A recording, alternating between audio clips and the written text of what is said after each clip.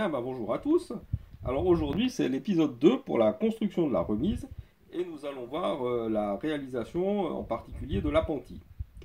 Alors pour ce faire nous bénéficions du fait qu'il s'agit de carton bois utilisé dans le kit et qu'il reste suffisamment de place sur les plaques gravées au laser pour y découper l'extension de l'appentis.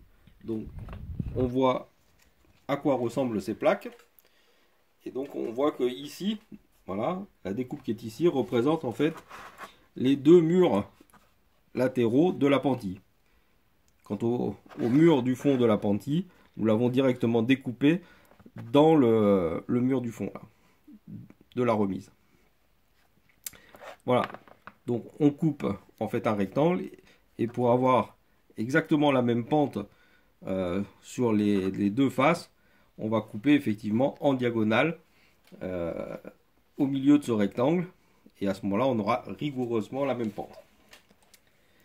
Alors ceci dit, avant de faire les découpes, il faut procéder à la mise en peinture directement sur les plaques gravées, comme cela est indiqué sur la notice. Là, comme on peut le voir là, c'est ce qui est indiqué ici. Car le carton, en fait, il va boire la peinture et se déformer en séchant. Donc il est très important de faire la peinture. D'ailleurs, on le voit ici. On a fait la peinture avec la partie qui nous intéresse, photogravée, en place sur le carton.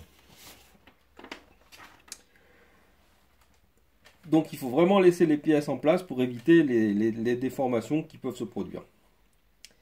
Alors maintenant, pour ce qui concerne la peinture extérieure des murs, donc tous les murs là, hein. Nous avons procédé systématiquement de la même façon. Donc on a appliqué une première couche très diluée de bœuf titane foncé de chez Amsterdam. Donc, le voilà. Donc comme ça, étant très dilué, il va pénétrer très profondément dans le carton. Et donc cette première couche, une fois sèche, le carton sera beaucoup moins sensible aux couches de peinture suivantes et donc se déformera beaucoup moins. Et puis, on a ensuite réalisé un premier effet d'ombrage avec de la terre d'ombre brûlée, toujours de chez Amsterdam. Et puis ensuite, on a passé au rouleau de 20 mm. Alors, ce qui est indiqué sur la notice ici, donc comme il est indiqué, façade, titane écru. Donc, on a utilisé le titane écru. Voilà, de chez Liquitex, que l'on a passé donc avec le rouleau. Et quasiment, pratiquement à sec du pot. Alors avec une très légère goutte de transparator, voilà, de chez Mig. Ce qui nous permet en fait de ne pas masquer le travail qui a été fait précédemment. Voilà. Et puis ensuite,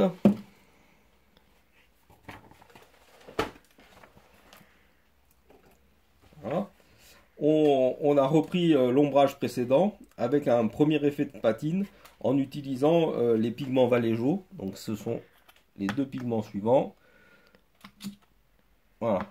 Donc de l'ombre naturelle qui va reprendre l'ombre naturelle qu'on avait déjà mise en fond et puis du dark slate gray. Puisque comme on peut le voir en fait ici sur les photos, c'est celles qui vont nous servir d'inspiration, on voit ici la remise effectivement de la mastre telle qu'elle est dans les années 90. Donc on voit que elle est bien patinée, les murs sont beaucoup plus gris et donc on va s'inspirer grosso modo de ces photos pour faire notre patine. Et puis enfin, on a scellé le tout avec une couche de vernis mat de chez Prince Auguste. Voilà. Maintenant, concernant la peinture des parements. Donc, toute la peinture ici, voilà, tous les parements sur la remise, hein, y compris la partie haute ici. On a procédé de la même manière pour tout le monde. Donc là, on a commencé par passer une couche diluée de parchemin. Donc, parchemin, voilà, toujours de chez Liquitex. Une couche assez diluée, de façon à bien pénétrer dans le carton bois. Et puis ensuite, une fois bien sec, on passe un jus de terre d'ombre brûlée, voilà, de chez Abteilung, qui est une peinture à l'huile, bien diluée avec le white spirit, de façon à bien remplir toutes les aspérités et tous les creux. On laisse bien sécher. Et puis enfin, au pinceau pratiquement sec, c'est-à-dire quasiment la façon dry brush, on applique le blanc titane. Voilà, le blanc titane de chez Amsterdam. Et là, ça va permettre en fait de pas masquer le travail précédent. Et puis le parchemin va en fait malgré tout ressortir comme couche de base sous cette couche de blanc. Alors concernant les parements en briques, c'est-à-dire toute la partie soubassement, non, les parements en briques, donc excusez-moi, c'est cette partie là, on reviendra sur le soubassement juste après. Donc les parements en briques qui sont de partout ici, voilà. Donc on a commencé par appliquer une couche de blanc de titane très diluée, afin de pénétrer dans tous les creux, afin de faire en fait les joints de briques.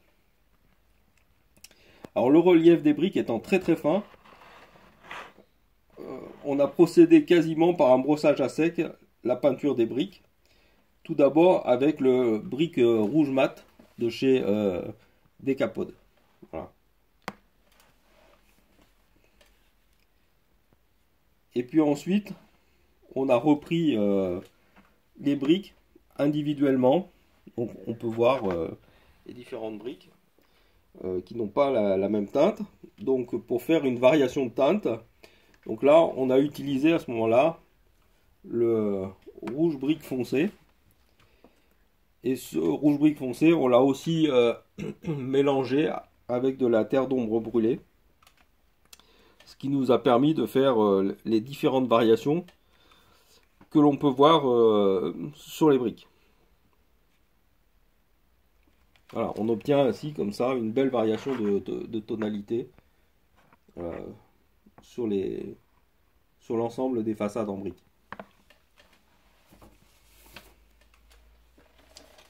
Donc comme je disais tout à l'heure, pour le soubassement en pierre, on a quasiment utilisé la même technique que pour les parements, donc les soubassements qui font tout le tour. À ceci près qu'avant le jus de terre d'ombre brûlée, on a peint la partie basse de chaque rangée, donc ça se voit. Donc la partie basse de chaque rangée de pierre, donc juste la moitié de chaque rangée de pierre en bas, on les a peints avec une couche de slate grey de chez Millet. Cela permet en fait d'augmenter l'effet d'ombrage et donc de donner de la profondeur à l'ensemble des pierres. Alors ça se voit peut-être moins comme ça, mais en fait quand on regarde bien et qu'on a un bon éclairage, on voit cet effet de profondeur. Alors pour ce qui concerne la peinture des murs intérieurs, bah celle-ci on la verra plutôt dans une prochaine vidéo. Voilà, alors une fois les différents éléments peints, on peut procéder à l'assemblage, au collage, et donc on a utilisé la colle Cléopâtre, la colle blanche Cléopâtre, qui marche très très bien pour le collage de ce carton bois. Voilà. Alors pour ce qui concerne la réalisation de l'appentis, donc comme j'ai dit, on a utilisé les chutes de carton bois pour faire les murs, mais il nous fallait aussi des chutes pour faire les parements d'angle. Donc ça, on avait également sur les plaques gravées au laser, on avait des chutes qui sont relativement importantes, ce qui nous a permis de faire séparement d'angle. Mais il faut graver sur ces chutes malgré tout, il faut graver le marquage des différentes pierres. Donc voici une plaque qui contenait effectivement la porte d'entrée avec les parements en briques et en pierre. Et on voit que bon, on a beaucoup de place de chaque côté, ce qui nous permet en fait de faire des découpes et de réaliser ces parements en pierre. Alors comme il s'agit de carton bois, en fait dès qu'on perce la couche de surface, celui-ci se met très vite à pelucher. Et alors là on peut gratter à l'infini, ça peluche toujours de plus en plus. Donc ça il faut éviter cet effet là. Et alors la seule façon qu'on a trouvé pour éviter cet effet, donc on va faire une petite démonstration, parce que ça on va le retrouver de nouveau un peu plus tard quand on va parler de la toiture, c'est d'utiliser une lame de cutter neuve, voilà, et de faire d'abord l'entaille au cutter. Donc 2 coups de cutter, ça suffit, voilà, ça nous donne ça. Et juste pour appuyer un petit peu le trait de coupe, on va utiliser cet outil, voilà, chez Tamiya, et donc on va l'utiliser dans ce sens là, juste pour appuyer un petit peu le carton vers l'intérieur, ce qui va permettre d'avoir quelque chose qui ressemble, voilà, à un trait de gravure correcte. Donc c'est une pointe à graver de chez Tamiya. Et par contre, si on commence à l'utiliser dans l'autre sens avec la pointe là, et si on gratte de plus en plus, on va voir que voilà, maintenant on voit que le carton commence à pelucher. Donc là maintenant on peut gratter, ça va pelucher indéfiniment. Voilà. Donc il ne faut surtout pas arriver à ce stade là. Donc voilà, 2 petits coups de cutter avec une lame neuve et 2 petits coups de pointe à graver dans le sens de la pointe, et ça permet de faire en fait voilà, la gravure de toutes les bordures.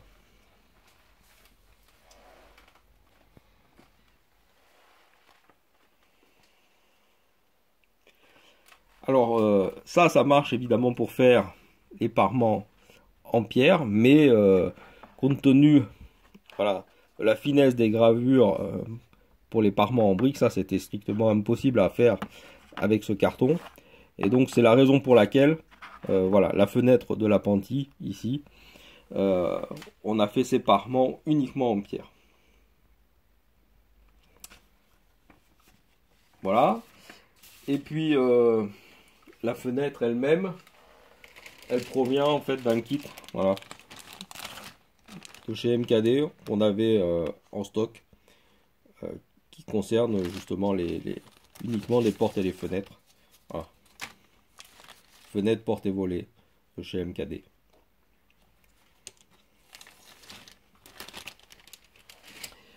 Et enfin, donc la dernière chose qu'il faut faire, puisqu'en fait, une fois qu'on va plier le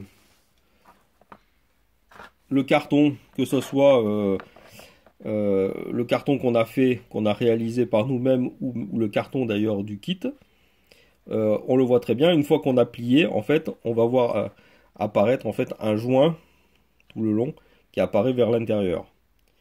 Alors sur le parement en brique, c'est pas très gênant dans la mesure où effectivement on a fait des joints de briques en blanc. Par contre, on voit très bien là que cet effet-là serait quand même pas très beau si on avait laissé tel quel le carton avec sa pliure. Donc, pour combler l'effet du pli du carton, on a alors appliqué au pinceau une couche de mastic. Voilà, le Perfect Plastic Putty qu'on dilue bien avec de l'eau. Voilà, et à ce moment-là, on remplit systématiquement le creux au niveau de chaque gravure de pierre tout le long. Et voilà, ça nous donne effectivement un effet parfait de pierre d'angle correct. Et ben voilà pour cette vidéo. Et puis la prochaine vidéo, nous verrons la réalisation de la toiture. Voilà, à bientôt.